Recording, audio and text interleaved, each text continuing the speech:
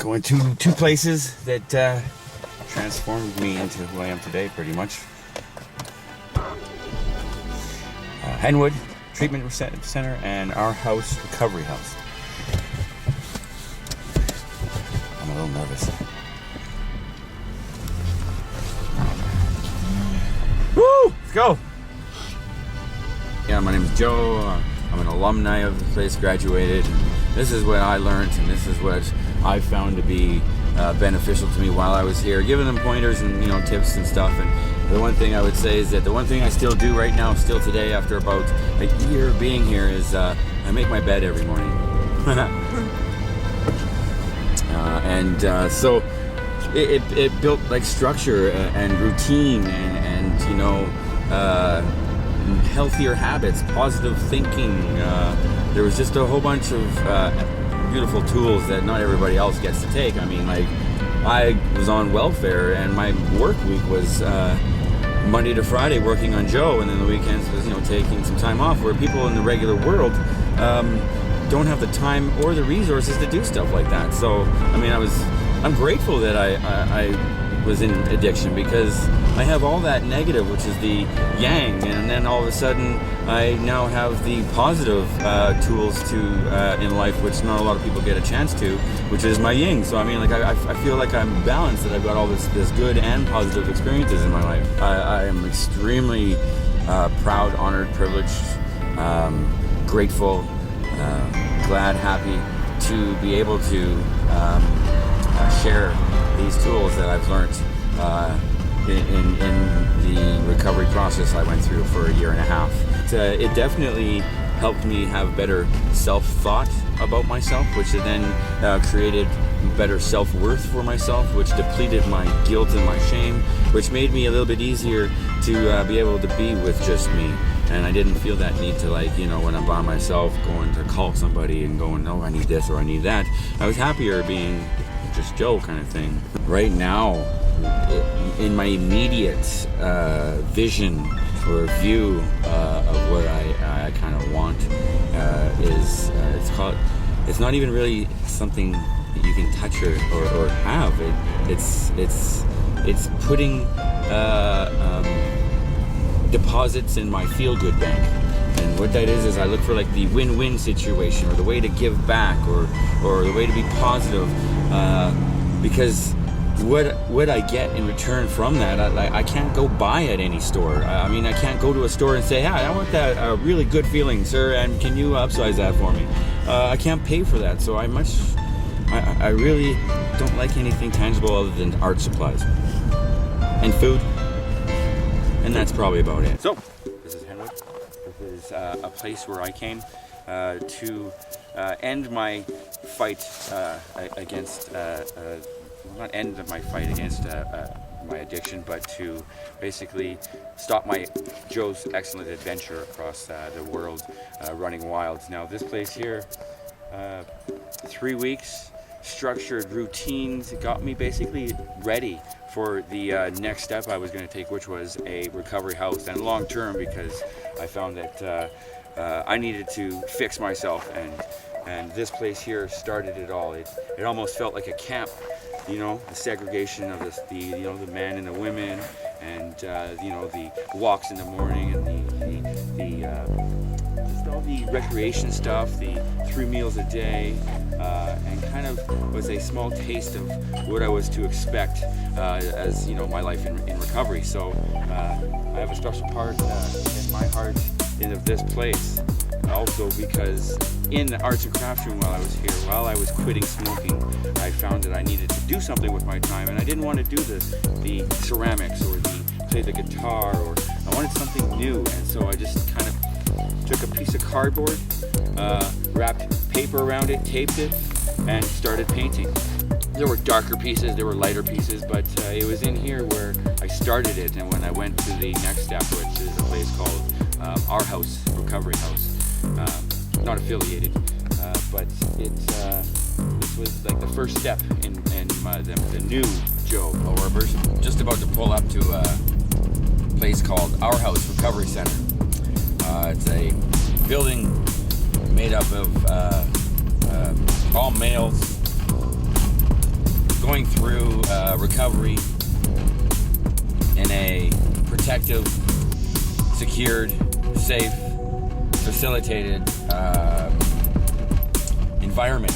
It started with one building, and in that building had held the residents' rooms, all the classrooms, the lunchroom, everything was all in one big building. And that was back in Edmonton, pretty much close to where the Cromdale is on 118th Avenue, 2nd Street. And they've gotten funding, and they've now moved out to just outside Edmonton here, to a much larger venue where they can hold a lot more bodies. And it's a recovery house where people work on themselves, and the people that facilitate this whole building are also recovering addicts as well. It's a beautiful place, is what all I have to say.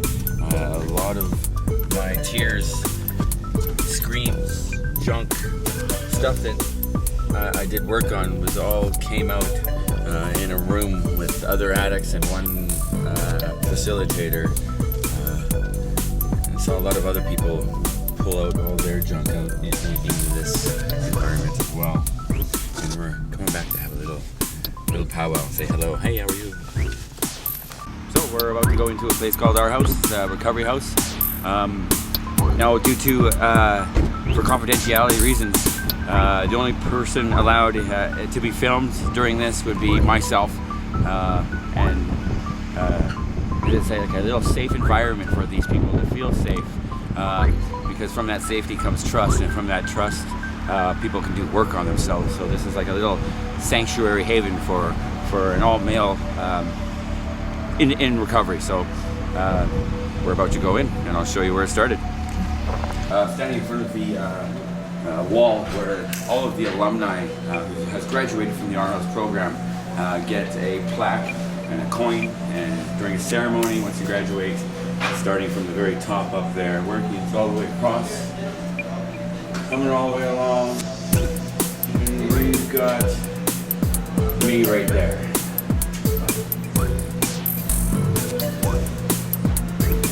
In this group, actually, there was about 7 or 8 of us all that graduated all in one class. It was kind of rare. Usually in this kind of a scenario, there's flies that drop off here and there, and we get a new intake. It was like every week, and it takes obviously quite a bit of time to complete. And at the end of it, there was actually nobody that left within a 6-week time. All the 6 people that came in that 6-week row for the full complete cycle, we all stayed in, and we were like a group, and going all the way back from Shell to Dave R. 1, 2, 3, 4, 5, 6 of us. 7 actually all graduated in one class in school. This is the main living room where they hold some of the actual anonymous meetings. You'll see on some of the walls some of the 12 steps and 12 traditions of the various anonymous groups that come in here. We even actually have, Our House has created their own 12 traditions and 12 steps, which was kind of cool. I got to be a part of the creation back in 07 of those 12 steps and 12 traditions of Our House. But behind me, you'll see some paintings. This is the very first painting that I painted when I was in Henwood. There was 2 of these. The other one I sold for $50 while I was still in Henwood before I got here, and this one here I brought here. And so I decided to donate it to Our House, and on the back here it says, to Our House, and those who choose to listen to what this place has to offer. Thanks. Joe Clarke, January 07. That was quite a while ago. And then, of course, while I was in Our House, I pretty much took over the quiet room, which was a place where it was like a couch, guitars, plants. It's kind of like a little spot, a little room where people could just kind of relax. And I kind of commandeered the whole room, and at the end I set up my little studio, and so I started painting. And one of the paintings I painted while I was in Our House was this one here, and I thought this had a really, the higher power, the hands, the hand of God, and the solar system, and the division of, the higher power in myself. And I don't know if it kind of spoke to me, because when I first got here, as you can see, the colors are very angries and reds and blacks. And then by the time I left our house, all of a sudden, now the paintings I'm painting are nice, happy, vibrant colors, bursts of lights. And so you can see the transition from when I got to our house to when I left, from the anger, lots of feeling, and over to the very softer feeling. So you can see the transition.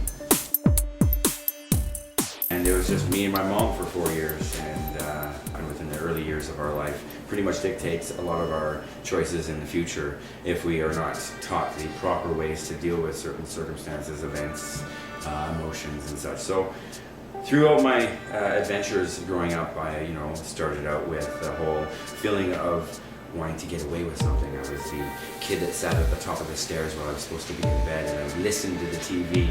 I would also wanting to sneak into the drive-in and hide under the blankets, and basically the feeling of getting away with something was a rush for me. And then it turned into sugar. Was like my first addiction as a kid.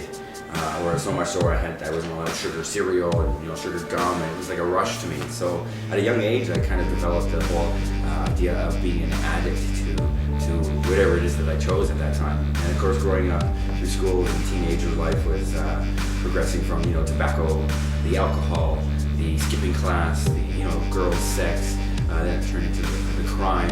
And then of course from that spawned into other addictions such as marijuana, mushrooms, going into cocaine, meth, crack, pretty much almost every drug out there I wanted to experience at least once.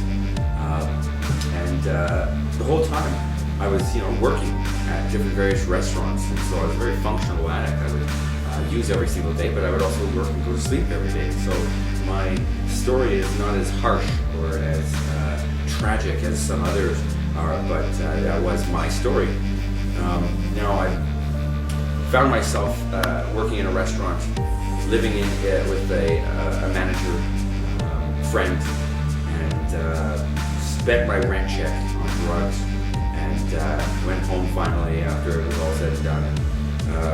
My roommate / manager / landlord asked for rent, and I didn't have it, so I said to him, give me 5 minutes, and I shut the door to my bedroom, and I stood there, and I literally said out loud to myself, this is not who I want to be. I've been doing this successfully across Canada, living as an addict, but it wasn't who I wanted to be. I knew that this isn't who I was supposed to be. I was supposed to be something else. I was supposed to be happy, content, not always fearful and scared and guilt and shame. And so I decided to phone my mom and said, Mom, sit down, this is what I'm addicted to, this is how long I've been addicted to it, and I want to stop. And so we went to her house, stayed the night. The next morning and booked an appointment at Henwood.